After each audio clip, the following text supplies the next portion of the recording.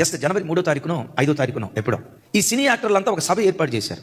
ఆ ఏర్పాటు చేయబడిన సభలో మీరు ఎక్కువగా ఎవరిని ఇష్టపడతారు? మీ హీరోస్ ఎవరు?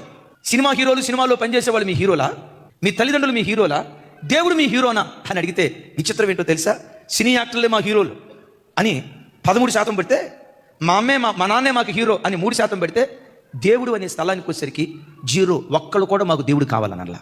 3వ తారీఖు 5వ తారీఖు ఇది జరిగిందంటే 2 రోజులు గడిచాయో లేదో పట్టణం తగలబడింది. దేవుడిచ్చే ప్రతి దాన్ని ఉచితంగా అనుభవిస్తూ, పీల్చే గాలి ఎవరి భిక్ష, తినే ముద్దన్నం ఎవరి భిక్ష, నీ శరీరంలో ఉన్న ప్రతి అవయవం ఎవరి భిక్ష, నీ రూపురేఖలో ఎవరి భిక్ష, నీ రాశిక రంధ్రాలలో ఊపిరి ఉందంటే అది దేవుని దానం కాదా?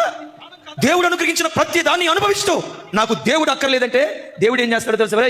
నువ్వే నాకు అక్కర్లేదురా అని దేవుడే కనుకంటే లాస్ ఏంజల్స్కి ఏ గతి పట్టిందో ఆ మాట అన్నవాడికి కూడా అదే గతి పట్టింది. ఎప్పుడు నీ బలాన్ని బట్టి